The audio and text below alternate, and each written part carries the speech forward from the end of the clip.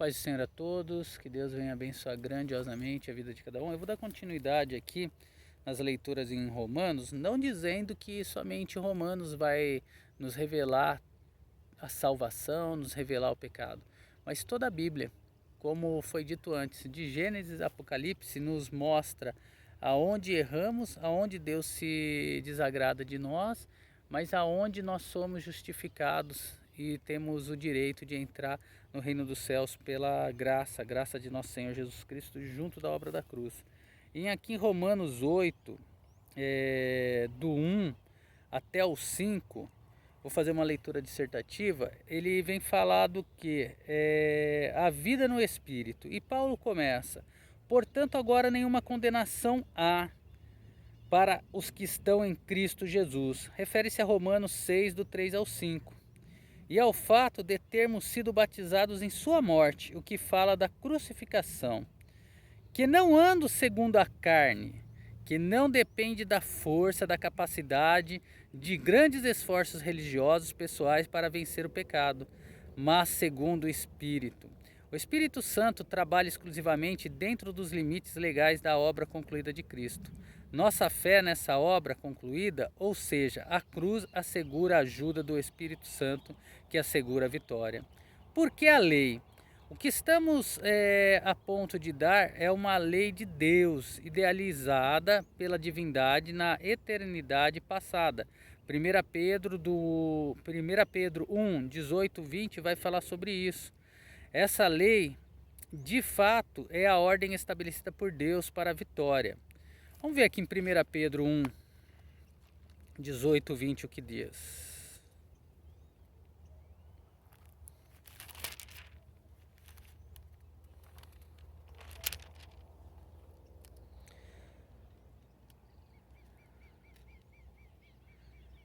A redenção. Sabendo que fostes resgatados, não foi com coisas corruptíveis, como ouro ou prata, da vossa vã maneira de viver, a qual recebestes dos vossos pais, mas com o sangue precioso de Cristo, como de um cordeiro sem mancha e sem contaminação, o qual, na verdade, em outro tempo foi conhecido, ainda antes da fundação do mundo, mas manifestado nestes últimos tempos por amor de nós. Confirmação, né, irmãos?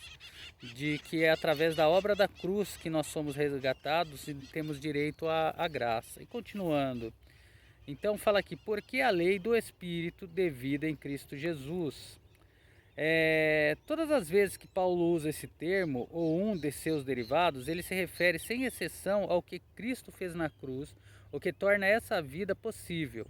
Livrou-me, deu-me uma vitória total da lei do pecado e da morte. Essas são as duas leis mais poderosas do universo. Só a lei do Espírito da vida em Cristo Jesus é mais forte do que a lei do pecado e da morte. Isso significa que se o crente tenta viver para Deus por alguma maneira a parte da fé em Cristo e da cruz, ele está condenado a fracassar. Portanto, o que era impossível à lei, visto como estava enferma pela carne, aqueles sob a lei tinham só uma força de vontade, que é lamentavelmente insuficiente. Assim, por mais que se esforcem, eram incapazes de cumprir a lei naquele tempo. E a mesma incapacidade persiste atualmente. Qualquer pessoa que tentar viver para Deus por um sistema de leis está condenada ao fracasso, porque o Espírito Santo não agirá nessa condição. Deus, enviando seu Filho em semelhança da carne do pecado, pelo pecado condenou o pecado na carne. O que quer dizer isso daqui? Refere-se à condição de impotência do homem, incapaz de salvar-se, incapaz de cumprir até mesmo uma lei simples, e portanto em extrema necessidade de um Salvador. Isso significa que Cristo era realmente humano, conformado em aparência à carne, que é caracterizada pelo pecado. Ele, porém, era sem pecado, para expiar pelo pecado, destruir seu poder e salvar e santificar suas vítimas. Destruiu o poder do pecado ao dar seu corpo perfeito como sacrifício pelo pecado, o que tornou possível que o pecado fosse derrotado em nossa carne, tudo isso por meio da cruz. para que a justiça da lei se cumprisse em nós. A lei, encontrando sua plena realização em nós, só pode ser feita pela fé em Cristo e pelo que Cristo fez por nós na cruz. Que não andamos segundo a carne, não segundo as nossas próprias forças e capacidade, mas segundo o Espírito. A palavra andar refere-se à maneira pela qual ordenamos nossa vida. Quando colocamos a nossa fé em Cristo e na cruz, entendemos que todas as coisas nos vêm de Deus por meio da cruz, sempre fazendo dela o objeto de nossa fé. O Espírito Santo pode então operar poderosamente em nós, produzindo o fruto do Espírito, isto é, o que andar segundo o Espírito realmente significa. Porque os que são da carne inclinam-se para as coisas da carne. Fala dos crentes tentando viver para o Senhor por meios a parte da fé na cruz de Cristo, mas os que são do Espírito para as coisas do Espírito. Aqueles que colocam a fé em Cristo e na cruz fazem isso excluindo tudo o mais. Eles fazem o que o Espírito deseja, que é o único modo de obter a vitória. Eu vou ler aqui, para uma melhor compreensão, já que eu falei nos vídeos anteriores, o que as Escrituras Sagradas nos falam sobre viver, como tem acontecido muito nos dias de hoje, né? A pessoa diz que vive pela graça, que vive pela fé, a obra concluída de Cristo na cruz do Calvário, mas os líderes dirigentes impõem doutrinas e leis não bíblicas para as pessoas andarem. Mas mesmo que sejam as leis mosaicas, Paulo já vem nos revelando que aquele que vive pela lei é condenado à morte, porque ninguém conseguiu cumprir nem vai cumprir, exceto nosso Senhor Jesus Cristo, e ele foi enviado porque Deus já sabe que ninguém consegue cumprir. E aqui Paulo ele fala que por mais simples que a lei seja, ninguém consegue viver por ela. Então é meio complicado as pessoas aceitarem e terem uma mentalidade espiritual se não deixar o Espírito Santo agir, como Paulo disse.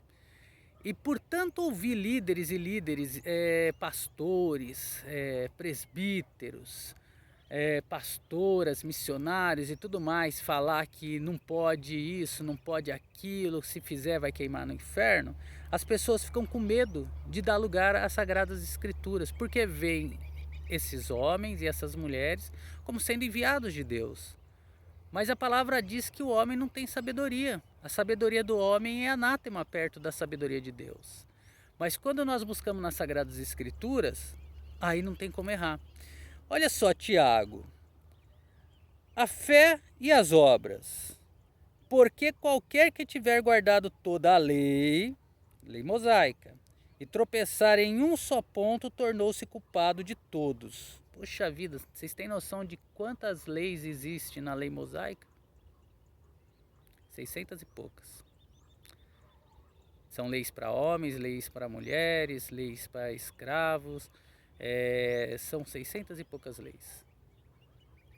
Como que iríamos conseguir andar em retidão a todas e ainda o homem cria mais lei da mente dele? Ah, mas Deus fez isso para matar todo mundo e todo mundo queimar no inferno? Não, Deus fez para revelar o pecado. Mas desde de Gênesis, Apocalipse, quem crê no seu Filho, na obra da cruz, esse será salvo. Versículo seguinte diz: porque aquele que disse, não cometerás adultério, também disse, não matarás. Se tu, pois, não cometeres adultérios, mas matares, já está feito transgressor da lei. Se está feito transgressor da lei, o que o Senhor está dizendo? Que você está condenado à morte, ao fogo eterno. Então, nós temos que ter sabedoria e discernimento. Abandonar o pecado, sim. Não andar no pecado, sim. É difícil? Sim. Mas o Espírito Santo nos guia, nos liberta e nos transforma pelo sangue do Cordeiro que foi derramado na cruz do Calvário. Mas que vivamos totalmente pela graça. Não em patifaria, não em libertinagem, mas andando conforme o agir e o querer de Deus diante das Sagradas Escrituras. Que Deus venha abençoar a todos, para a honra e glória do nome de Jesus, e um forte abraço.